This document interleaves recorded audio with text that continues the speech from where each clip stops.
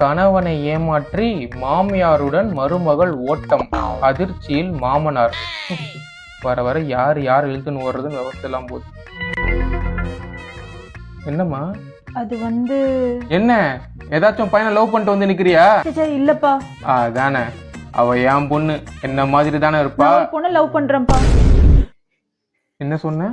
நான் ஒரு பொண்ணை லவ் பண்றேன்ப்பா.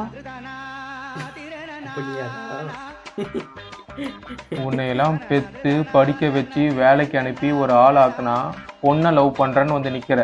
உனக்கு அடுத்து தங்கச்சி ஒருத்தி இருக்காளே. நானும் ஒரு பொண்ணத்தான் லவ் பண்றேன். அப்ப இந்த வீட்டுல ஒருத்தரும் ஆம்பளை லவ் பண்ணல. நான் பண்றேன்பா.